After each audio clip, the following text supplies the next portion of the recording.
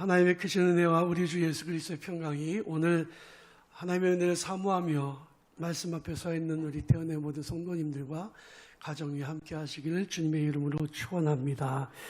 오늘 본 말씀을 중심으로 축복의 문을 여는 열쇠, 감사라는 제목을 함께 은혜를 나누기를 원합니다. 여러분, 운명을 믿으시나요? 운명이라는 건 뭐냐면 나에게 정해진 어떤 결말이 있다. 내가 뭘 애를 쓰든 말든 나의 삶은 딱 이렇게 될 거다라고 하는 게 운명이거든요.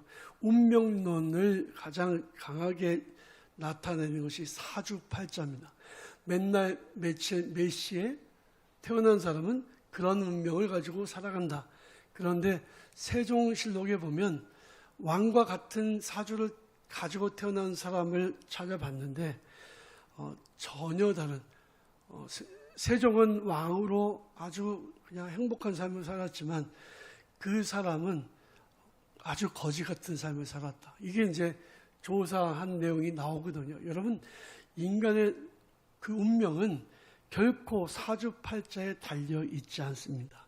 사람들에게 정해진 운명이라는 게 있을까요? 내게 주어진 환경은 결코 극복할 수 없는 것일까요? 그렇지 않습니다. 극복할 수 있습니다. 어제 뉴스를 보니까 인도의 대통령이 선출됐는데 불가촉천민이에요. 언터처블이라고, 그러니까 인도에는 카스트 제도가 있는데 4개의 계급보다 밑에 있는 계급입니다. 이 사람들은 아예 태어난 팔자가 그렇게 천하게 살도록 태어났다라고 생각을 해요. 그런데 그 최하층의 사람이 대통령이 되었다는 것은 어떤 의미가 있을까요? 이것은 그 사람이 자기의 운명을 극복하기 위해서 정말 많은 노력을 했음을 보여주는 이야기입니다. 인간은 노력한다면 자기에게 주어진 환경을 극복할 수 있습니다. 도저히 해결할 수 없어 보이는 일들도 해결할 수 있습니다. 도저히 도달할 수 없어 보이는 그 단계까지도 갈 수가 있습니다. 그런데 우리가 우리의 운명을 극복하기 위해서 정말 중요한 조건이 있는데 그것이 바로 하나님의 도우심입니다. 하나님의 은혜가 임하게 되면 운명은 얼마든지 극복할 수가 있는 거예요. 여러분, 내 인생 어떻게 하면 성공적으로 살 수 있을까요? 신명기 28장 12절을 보면 이런 말씀이 나옵니다. 여호와께서는 여러분을 위하여 아름다운 하늘의 창고의 문을 여실 것입니다. 하늘은 알맞은 때에 비를 내릴 것이고 여호와께서는 여러분이 하는 모든 일에 복을 주실 것입니다. 하나님이 우리를 위하여 하늘의 아름다운 창고의 문을 여시면, 우리 위에 그 문이 열리면 그 은혜로 인해 우리는 정말 저주받은 삶이 축복의 삶으로, 정말 고통스러운 삶이 행복의 삶으로 변화되게 될 것이라는 거죠. 여러분들의 머리 위에 하나님께서 약속하신 축복의 문이 활짝 열리시기를 주님의 이름으로 축원합니다. 그렇다면 축복의 문이 열리기 위해서는 어떤 조건이 필요할까요? 여러 가지가 있지만 오늘 2가지만 말씀드리려고 해요. 첫 번째는 간절한 사모함입니다. 여러분, 누가복음 11장 9절에 보면 예수님께서 이렇게 말씀하셨어요. 내가 또 너에게 이르노니 구하라 그리하면 너에게 주실 것이요, 찾으라 찾아낼 것이요, 문을 두드리라 그러면 너에게 열릴 것이니 구하는 이마다 받을 것이요, 찾는 이는 찾아낼 것이요, 두드리는 이에게는 열릴 것이니라. 간절함이 있으면 도전하게 되고, 도전하게 되면 문은 열리게 된다는 말씀입니다. 천국은 누구의 것이냐? 침노하는 자의 것이다. 침노는 도전하는 자의 것이다 라는 뜻이죠. 우리가 잘 아는 야곱은요, 침노하는 자의 대표적인 모델입니다. 그는 항상 목말랐습니다. 그는 항상 무엇인가를 간절히 구하는 삶을 살았습니다.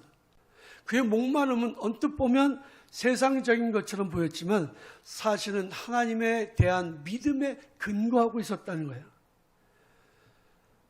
여러분, 요즘에 우리나라에서는 부모가 자녀에게 유산을 물려줄 때는 딸, 아들 상관없이 똑같이 n분의 1로 나눠줘야 됩니다.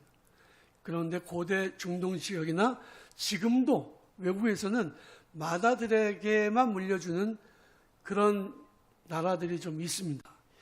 얘기를 들어보니까 왜 그렇게 하냐 보면 자녀들에게 부모의 재산을 n분의 1로 나눠주다 보면 그 가문이 없어지는 경우가 비일비재했다는 거예요. 한 놈이라도 똑똑한 놈을 밀어주자 이런 거였대요. 아마도 이삭도 자기 아들 맏아들에게 밀어줄 생각을 가지고 있었던 거죠. 그런데 그럼 둘째로 태어난 아이들은 뭐라도 받느냐? 예수님의 그 비유의 말씀 중에 탕자의 비유에서 둘째 아들이 자기에게 돌아올 몫을 달라고 하고 나갔지만 사실은 택도 없는 얘기를 합니다. 둘째 아들, 셋째 아들은 아예 아무것도 못 받는 거예요. 그러니까 야곱에게도 아버지의 유산은 아예 꿈도 꾸질 못할 거였다는 거예요.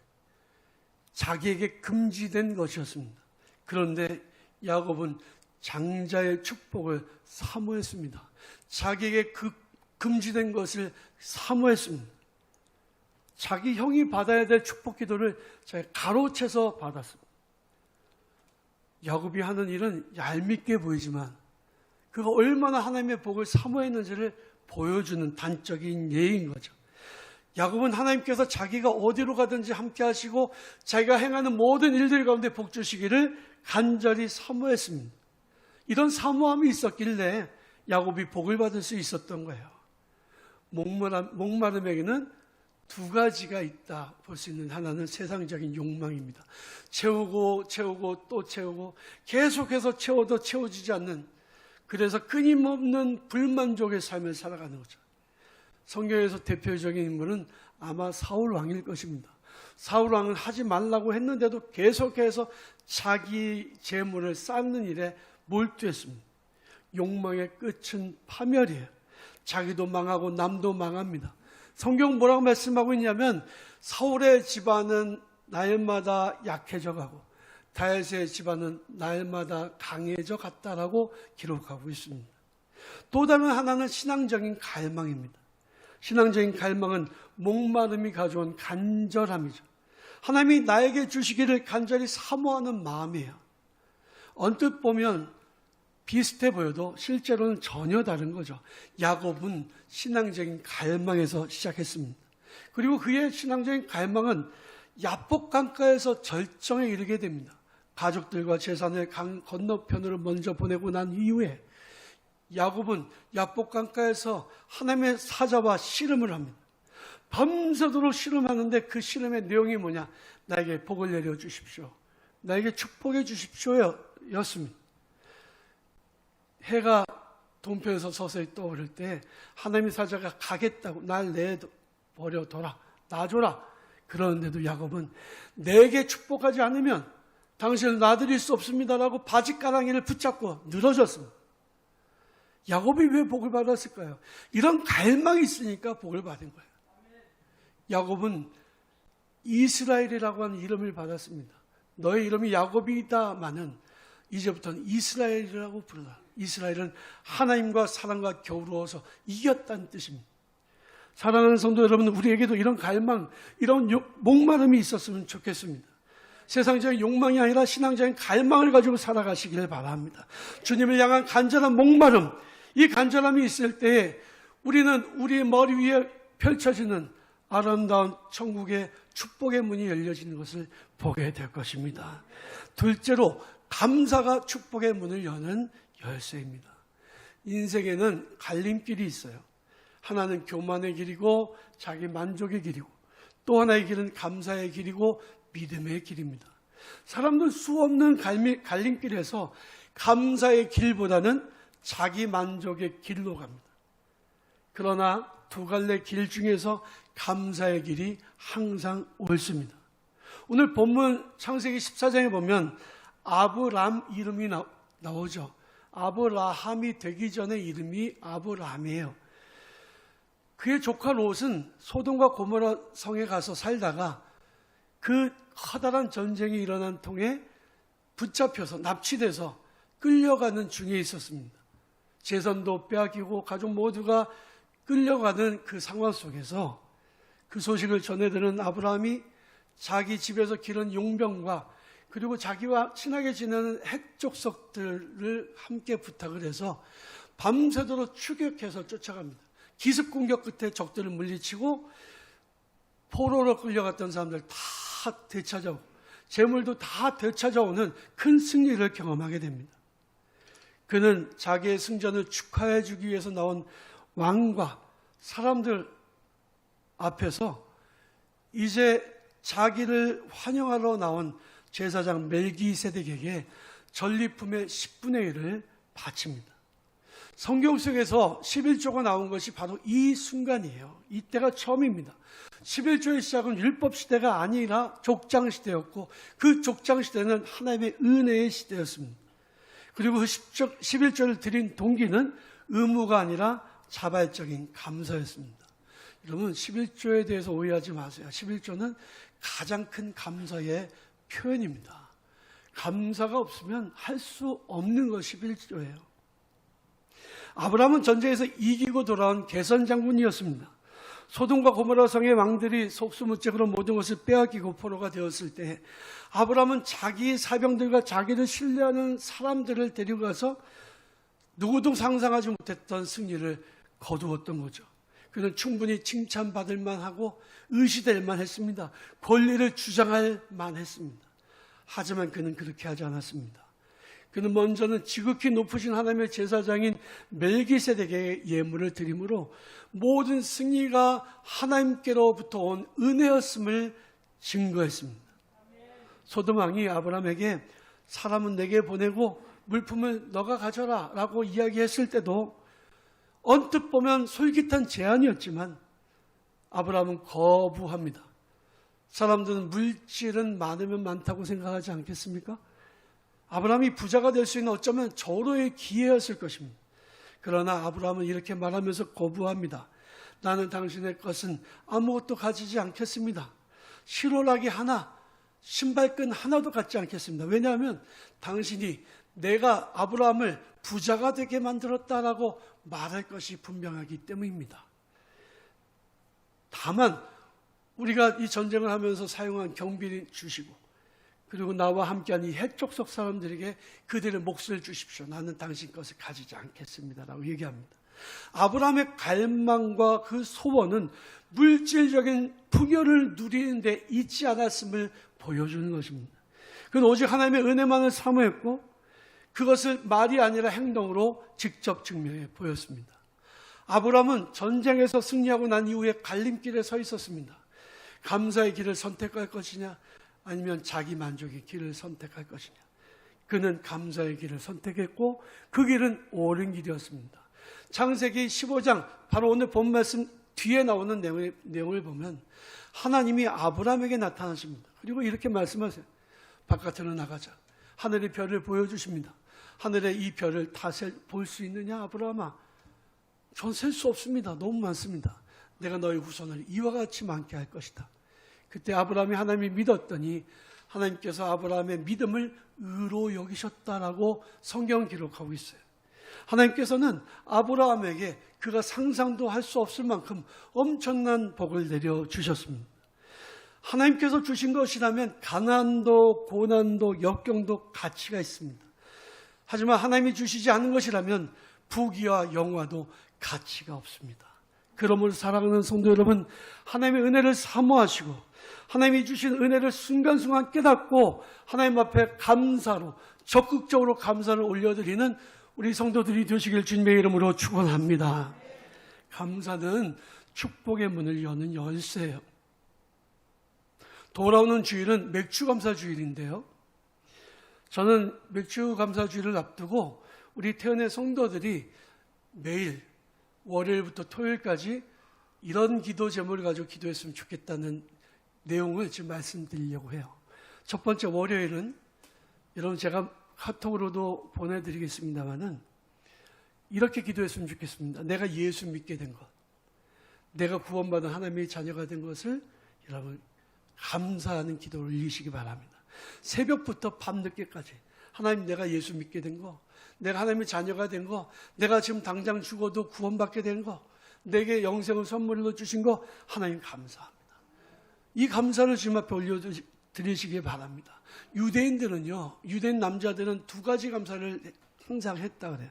하나는 유대인으로 태어난 것을 감사하고, 또 하나는 여자로 태어나지 않고 남자로 태어난 것을 감사했다. 이거는 성차별적인 그런 내용이라, 이게 유대인들이 옛날에 그랬고 지금도 아마도 그런 것 같아요. 이건 잘못된 감사죠. 우리는 매일매일 내가 하나님의 자녀인 것, 내가 예수 믿고 구원받은 하나님의 백성인 것을 감사하고 살아가고 있습니까? 하나님께 깊이 감사하는 그런 월요일 되시기를 바랍니다. 화요일 두 번째로는 내게 주신 나의 삶에 대해서 감사하시기를 바랍니다. 어떤 사람들 인생이 고통스럽다고 말하고, 어떤 사람들은 자기 인생을 저주하기도 합니다. 아이고 내 팔자야 뭐 이러고, 왜 어머니 날 낳으셔서 이렇게 힘들게 하냐 뭐 이렇게 이야기하기도 합니다. 진짜 그런가요? 여러분, 내가 살아있는 게 하나님의 은혜예요. 어떤 사람들에게는 잘 먹고 소화 잘 시키는 게 간절한 소망입니다. 제가 아는 목사님은 말씀드렸습니다마는 암이 발견돼서 위에 3분의 1을 잘라냈습니다. 지금도 음식이 먹으면 음식이 바로 나와요. 먹고 싶은데 못 먹어요. 이 얼마나 큰 고통인지 모릅니다. 잘 걸어 다니는 것, 숨을 잘 쉬는 것은 어떤 사람들에게는 간절한 소원입니다. 내가 아무렇지도 않게 날마다 자연스럽게 화장실 다녀오는 거, 이것도 큰 하나님의 은혜예요. 어떤 사람들은 내가 아무렇지도 않게 소비해버리고 사용하고 지나가버리는 하루의 이틀의 시간이 그토록 소중할 것입니다. 시한부를 살아가는 사람들 얼마나 그 시간이 소중하겠어요. 나의 일상, 나의 하루하루를 나에게 주신 하나님께 감사하는 성도들이 되시기를 바랍니다. 수요일은 내게 주신 능력과 지혜와 힘에 대해서 감사하시기 바랍니다. 내가 사업도 하고, 내가 직장도 다니고, 내게 주어진 일들을 감당할 수 있는 것, 어떤 형태든지 일을 하고 내가 돈을 벌 수 있는 것, 내가 사람 노릇할 수 있는 것, 이거 감사할 수 있어야 된다는 거죠. 정말 세상에서 지혜가 없어서, 건강이 부족해서 하고 싶어도 하지 못하는 사람들이 정말 많습니다. 하나님께서 우리에게 지혜도 주시고 능력도 주시고 일을 해서 벌어 먹을 수 있는 능력도 주신 게 얼마나 큰 은혜인지 몰라요. 신명기 8장에 보면 이런 말씀이 나옵니다. 여러분이 속으로 내가 부자가 된 것은 내 힘과 능력 때문이다라고 생각할지도 모르겠습니다. 하지만 여러분, 하나님 여호와를 기억하십시오. 하나님이 만일 여러분에게 그 능력을 주시지 않았으면 당신들은 지금 이렇게 부자가 되지 못했을 것입니다. 여러분, 하나님이 주시지 않으면 어떤 것도 우리는 가질 수 없어요. 주님께서 거두어 가시면 지금 내가 내 것이라고 믿고 있는 것도 어느 것도 내 것이 될 수가 없습니다. 그러므로 하나님 나에게 능력과 지혜와 힘을 주셔서 내가 일할 수 있도록, 내가 직장 다니고 내가 사업도 하고 내가 일할 수 있도록 해주신 것에 대해서 감사합니다. 그 수요일 날 우리가 올려드릴 감사의 제목이에요. 목요일은 내게 주신 가족으로 인해서 감사하는 겁니다. 내게 좋은 아내, 내게 좋은 남편, 내게 좋은 부모, 내게 좋은 자녀 주신 것에 감사. 때로는 가족 때문에 힘들고 항상 좋은 일만 있는 것은 아닙니다만은, 하지만 나를 가장 사랑하고 나를 아껴주는 사람들이 가족 아니겠습니까?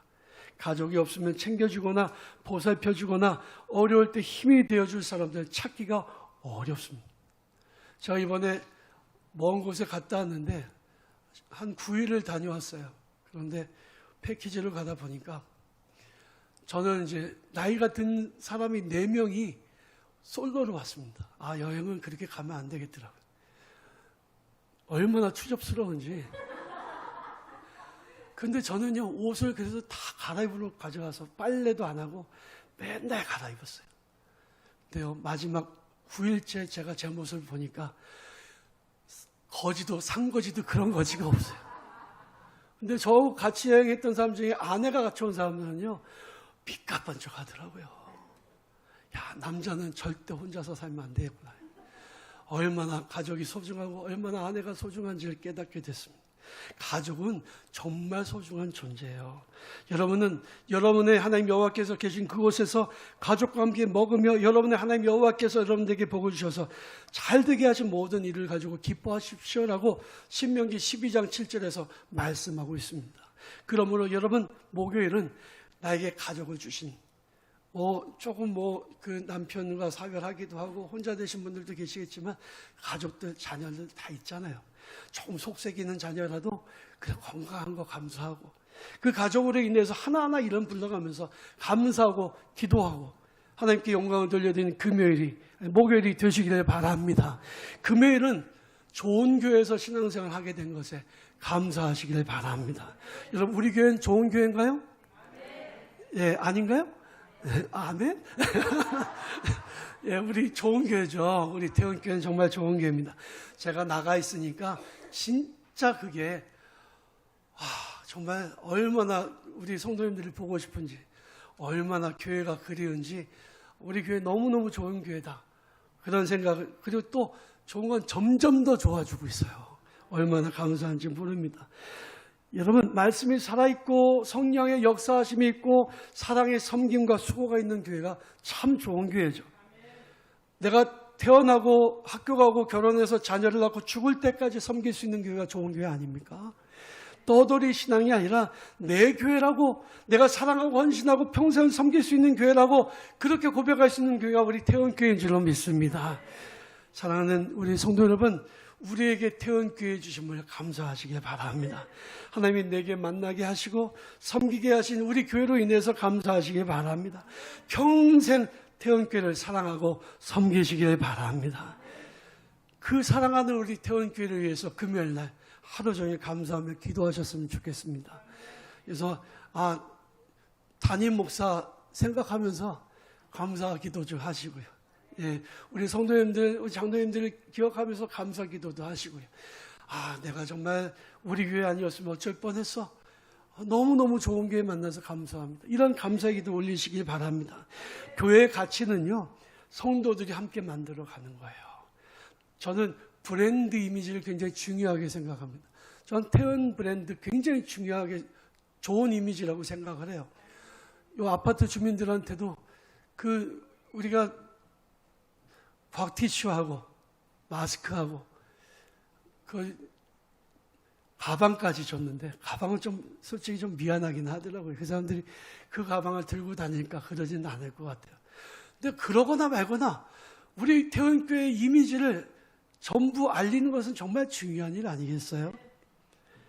태원의 브랜드는 우리가 감사하고 사랑하고 헌신하고 섬길 때 더욱 아름답게 만들어집니다. 지금 우리 권사님도 기도하셨지만 우리 38 청년 지원금을 주는, 청년 지원금을 주는 교회는 어디 눈 씻고 봐도 없어요. 지금 우리 교회가 38년 된 교회지만 우리 이렇게 기도했으면 좋겠습니다. 제 마음에 어떤 마음이 드냐면 100년 교회. 예, 우리나라에 100년 교회들이 좀 많이 있어요. 100년 이상 된 교회들. 하나님, 우리 태원교회가 지금 38년 됐지만 앞으로 100년이 된 동안 더욱더 든든하게, 더 아름답게 세워져 가게 도와주십시오. 나뿐만이 아니라 나의 자녀들, 나의 손주들까지 평생을 두고 사랑하고 헌신하는 교회, 그런 100년 교회가 되게 도와주십시오. 그래서 우리가 금요일 날은 우리 교회를 위해서 기도하셨으면 좋겠습니다. 마지막 토요일은 우리나라 좋은 대한민국을 위해서 이 땅에 태어나고 살게 하신 것에 감사하셨으면 좋겠습니다.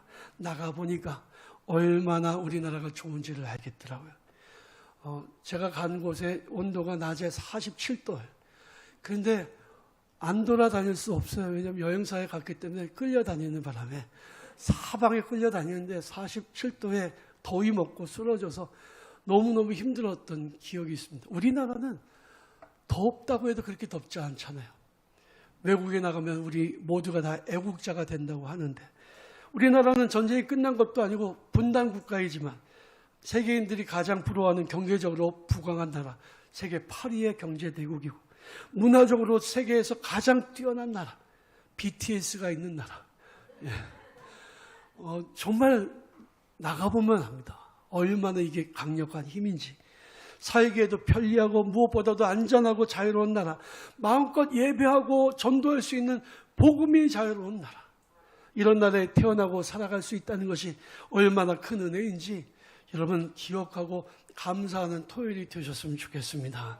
다음 주일은 맥주감사 주일인데 한 주간 감사로 주님 앞에 영광을 올려드리고 기도를 주님 앞에 올려드려서 하나님의 은혜를 더욱더 간절히 사모하시고 주시는 주님의 은혜와 복을 받아서 정말 기쁨이 넘치는 감사절을 맞이하는 우리 태연의 복된 성도들 다 되시기를 주님의 이름으로 간절히 축원합니다.